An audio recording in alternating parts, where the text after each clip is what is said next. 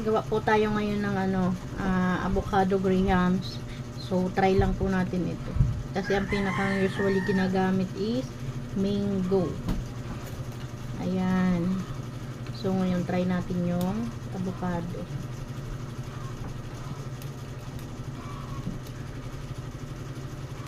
Ayan.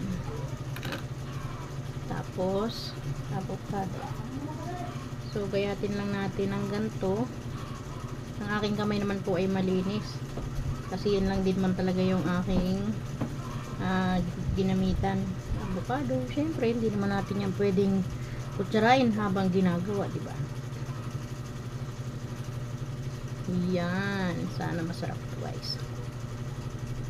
First time kong gumawa ng avocado grahams. Nakagawa na ako kanina ng ng mango. Nasa bracer na. Kaya ngayon is avocado naman.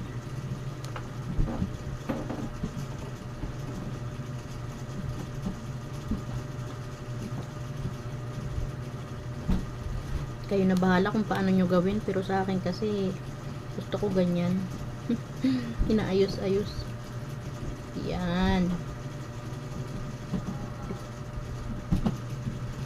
Diba?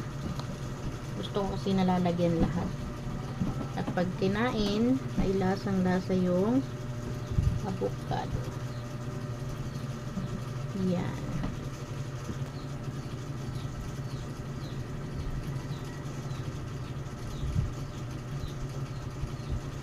Ang ating avocado ay mayroong ugat konti, pero okay lang yan. Yan. So, lagyan natin ng condensed.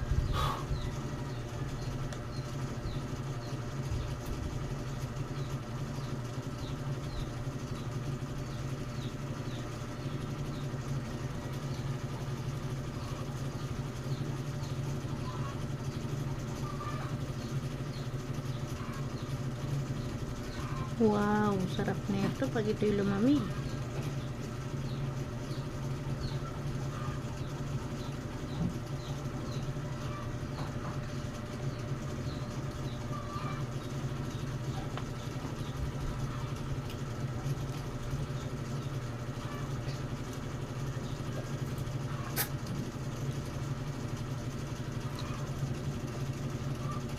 And cream. Or cream din sada para mas mayami. O, diba? Wow!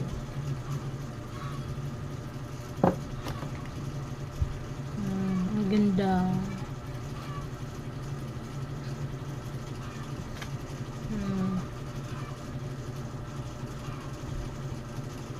So, kalat natin. Ayan, ang daming gata sa ilalim, guys, Wow, may yan, avocado graham. Sarap. 1 layer pa.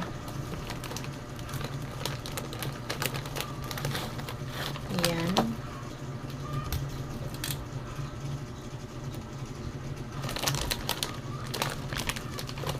Naka-4 na pack na ako ng ganito.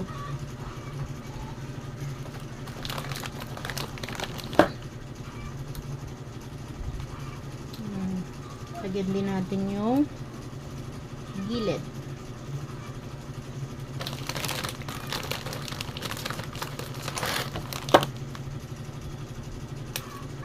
Para may laman.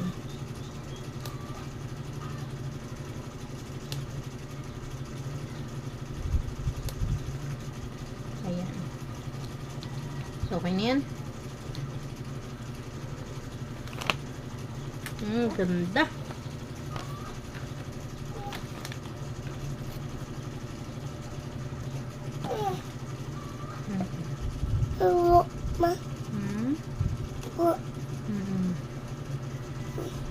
Wow. Sarap. Okay, wait lang po. Kunin mo. So, maganda kasi may design. Kaso, ayaw makisama ng avocado.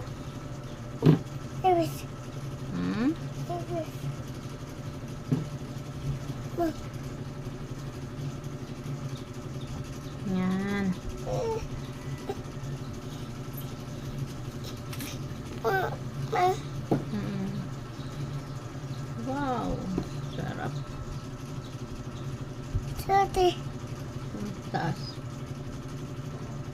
Ang aking baby ay nagising at tanong ng tanong nasan daw ang kanyang ate. Wow! Ganda-ganda. Sarap na ito. Sabi sarap. Avocado graham. First time ko lang pong gumawa ng ganito.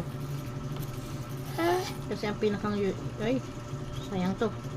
Ang pinaka usually na ginagamit ng pag-graham is mango.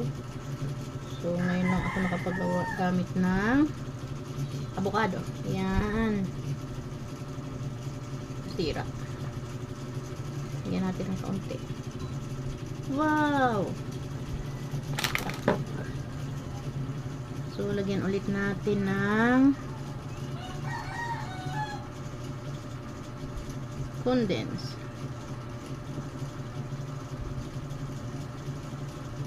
Wow!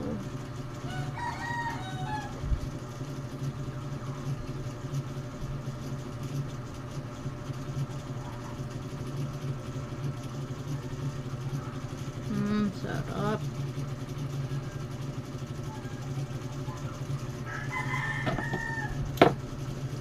Tapos kondensada para mas yummy. Wow, sarap talaga. Punong-puno na ito ng gatas. Ito na yung aking avocado graham. Wow, super sarap. Wow. Thank you. Ito na ang aking avocado grahams.